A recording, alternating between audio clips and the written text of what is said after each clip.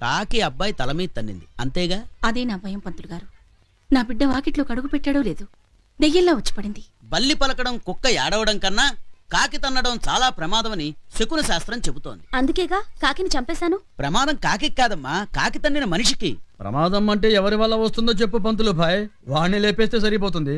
అలా చెప్పడం కష్టం. ప్రమాదం వస్తుందని పంచాంగం చూసి చెప్పినావు, అది ఉడివెల వస్తుందో చెప్పలేవా? అయ్యా పంచాంగం వేరు, ఫ్యాక్షనిజం వేరు. కాస్త నన్ను అర్థం చేసుకోండి. మీరు ఆయన్ని భయపెట్టకండి. పంతులు గారు మీరు చెప్పండి.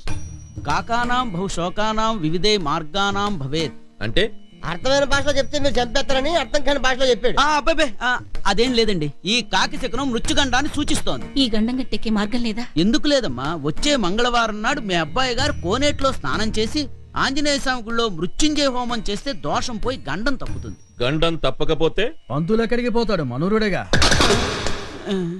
What a hand, lovely, fate line, life line, fantastic, but very bad, very bad. పంతులు తెలుగులో అర్థమయ్యేటట్టు ఏడు, లేకపోతే నీ శవాన్ని చూసి నీ పెళ్ళం ఇంగ్లీషులో ఏడవలసి వస్తుంది.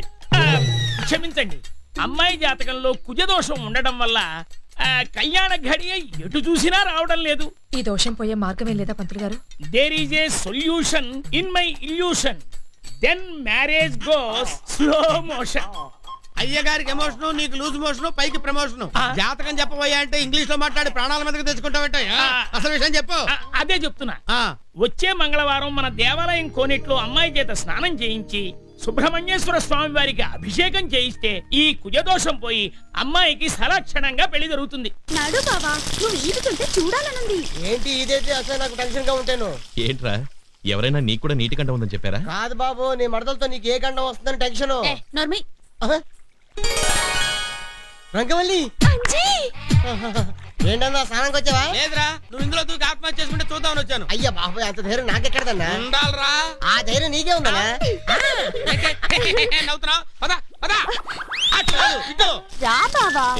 త్వరగా నువ్వు వెళ్ళు, నేను స్నానం చేస్తాను. వెళ్ళు వెళ్ళు వెళ్ళు వెళ్ళు. చెప్పా. అమ్మో, ఈ నీళ్ళలో చేపలుంటాయేమో. ఇంకెక్కడ ఉంటాయేమో చేపలు, ఎప్పుడో కప్పలు తినేసే. అయ్యో, కప్పలున్నాయా? ఏంటమ్మాయి గారు, ప్రతిదానికి భయపడితే ఎలాగా? కప్పలు ఎప్పుడో పాములు తినేసి ఉంటాయి. అయ్యో బాబోయ్, పావులే. అమ్మాయి గారిని భయపెట్టుకో. నువ్వు దిగమ్మా. దిగమ్మా.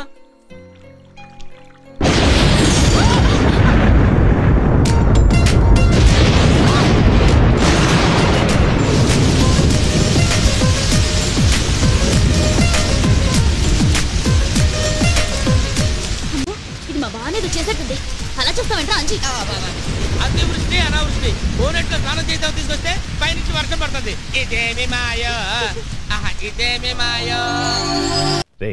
ఏంటి ఇది? తాగు. ఏంట్రా తాగేది? నేను ఈ స్టేట్ లోనే పెద్ద ఇండస్ట్రియలిస్ట్, నువ్వు పెద్ద పోలీస్ ఆఫీసర్, మనం పెద్ద క్యాబినెట్ మినిస్టర్. నా కొడుకుని చంపి ఎన్నాళ్ళైతే వాడిని పట్టుకోలేపారు. అంటే తాగాలంటే తాగాలి. ఆవేశపడుకురా, వాడిని పట్టుకోవడానికి డిపార్ట్మెంట్ మొత్తం వేట కుక్కలా చేజ్ చేస్తున్నారు. ఏ క్షణానైనా వాడి శవాన్ని తీసుకొచ్చి మన కాళ్ళ దగ్గర పడేస్తారు. తాగు. తాగరా, నా పెళ్ళం చేస్తే నేను ఇలాగే ఏడుస్తూ కూర్చున్నానా? ఏడా తిరగకుండానే మళ్ళీ పెళ్లి చేసుకున్నాను. మీరెందుకు ఎడుతారండి? Energy waste. మీ ఆవిని చెప్పింది మీరే కదా. తల్లి చూడండి, అట్లా ఊళ్ళో వాళ్ళు అనుకుంటున్నారు సార్. బ్రాందీ గ్లాస్ లో బొద్దింకలా నువ్వెందుకురా ఇక్కడ? ఎలో కిందకెళ్ళి ఎవరు రాకుండా చూడు.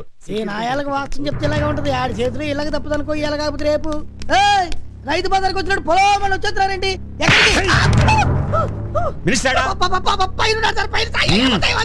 రా వరదరాజులు రా. కూర్చోన్నావా? కూర్చో. ఏంటి మందేస్తావా? వద్దు. మందు వద్దు అంటున్నావంటే మనసులో ఏదో ఉండే ఉంటుంది. ఏంటిది? ఏం చెప్పమంటావు?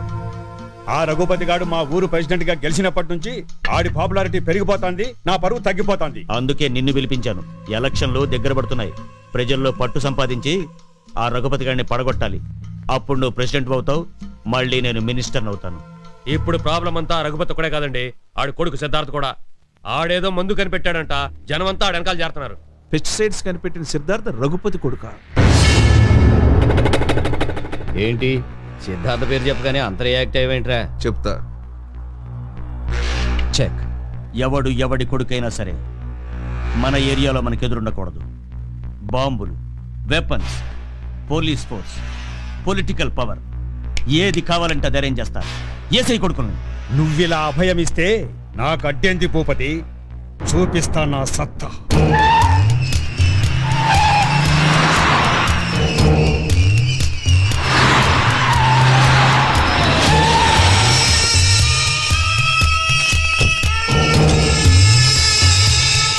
పంచాయతీ నా ఇంటి ముందుకొచ్చి నా గడప ముందు చేతులు కట్టుకొని నిలబడాలి గాని నన్నే ఇడికి రమ్మంటారా?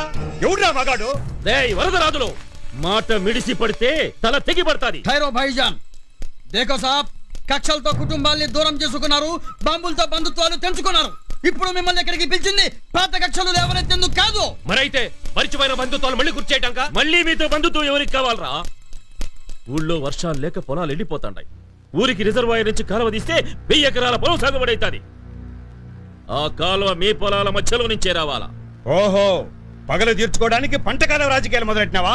కాలువకే కాదురా, నీ సమాధి కట్టడానికి 6 అడుగుల నేల కూడా ఇవ్వ. నాగేందర్, మాటలు మర్యాదగా రాని. ఏంద్రా నీకు మర్యాద?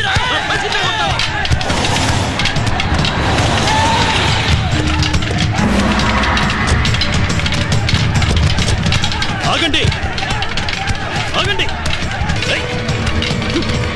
ఆగండి, ఆగండి. మీ ఆవేశాల వల్లే పేదవాళ్ళు ఆకలి చావులు చస్తున్నారు. బలపం పట్టాల్సిన పిల్లలు బాబులు చుడుతున్నారు.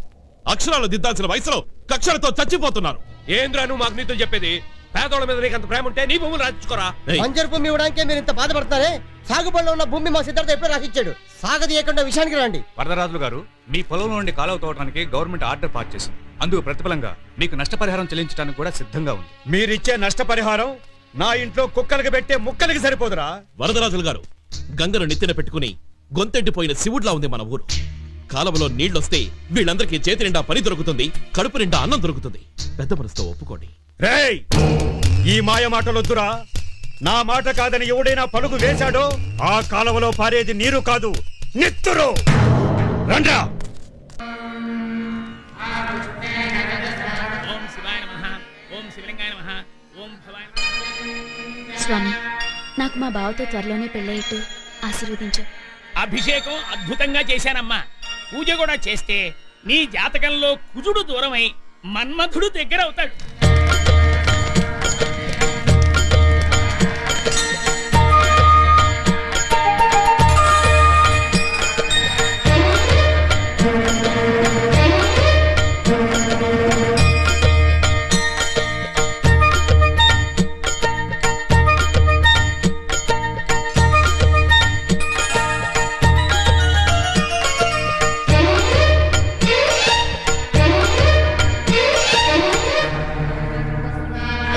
సవతి, ఏ కుజదోషం దోషం పోతే నీకు పెళ్ళవుతుంది. దొంగ చూపులు చూడకుండా పూజ చేయించుకో. నీ దిష్టి తగిలితే మా బావ బంకమట్ట అయిపోతాడు. ఓ, మరి అంత బంకమట్ట అయిపోతాడు అనుకుంటే కూర్చోబెట్టి నెత్తి మీద కోళ్ళగప్ప కప్పి. ఓయ్, ఏంట్రా వాగుతున్నావు? చూడు, నా బావ మీద కన్ను పడ్డా ఆశపడ్డా చేతుల్లో వాతలు పెడతాను. ఏంటంటే ఏంటి? ఓ రెచ్చిపోతున్నారంటే నువ్వు ఆగరా. ఏమిటి గుడికొచ్చి కూడా గొడవ ఏమిటి? పద. నువ్వు ఉండుతాయా? పద. నువ్వు ఎప్పుడు ఇంతే.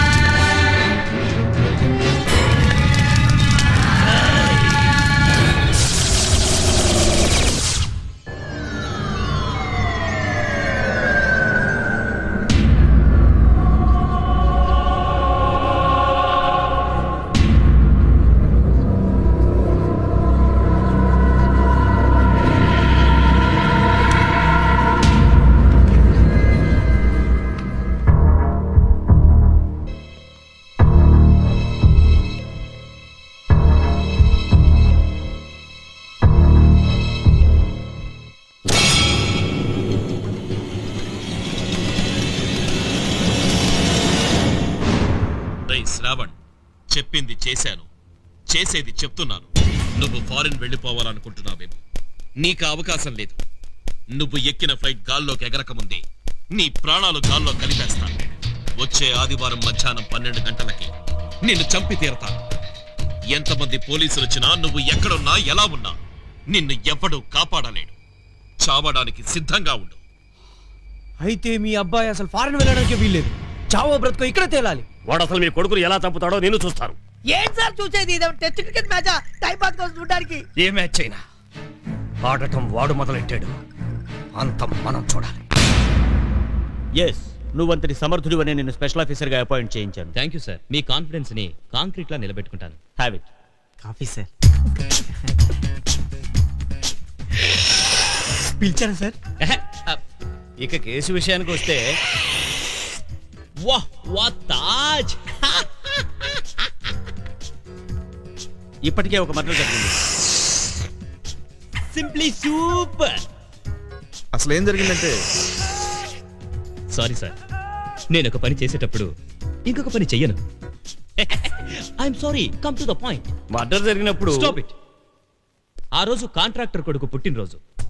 సరిగ్గా మీరంతా అర్ధరాత్రి 12 గంటలకి ఆ అబ్బాయికి చాలా సంతోషంగా happy birthday to you, happy birthday to you, smash you smash అని చెప్పాలనుకున్నారు. కానీ కేక్ కట్ చేయడానికి ముందే lights off, tension, lights on, music on.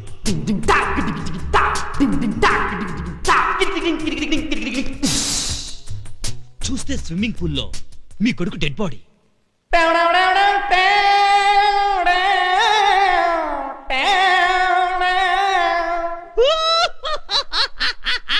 Ambulance, police dogs. Body మీద చూస్తే డిసెంబర్ 31 స్టాంప్, కింద చూస్తే హంతకుడు కాల్చి పారేసిన సిగరెట్. అదేగా మీకు దొరికిన ఆధారం. I know everything. ఈ కేసు ఎలా డీల్ చేయాలో నాకు తెలుసు. ఎస్, నీలాంటి ఆఫీసరే మాకు కావాలి. మీకు హెల్ప్ గా వీళ్ళలో ఎవరైనా పంపమంటారా? నో. వీళ్ళు ఏం చేస్తారు? టీ కాఫీ అందిస్తాం సార్. Very good. ఈ కేసులో నా అసిస్టెంట్స్ గా వీళ్ళిద్దరు చాలు. Thank you sir. Thank you sir. Thank you. Sorry sir. Thank you. వీడు పెద్ద విచిత్రమైన మనిషిలా కనబడుతున్నాడు. మేధావులంతా పైకి విచిత్రంగానే కనిపి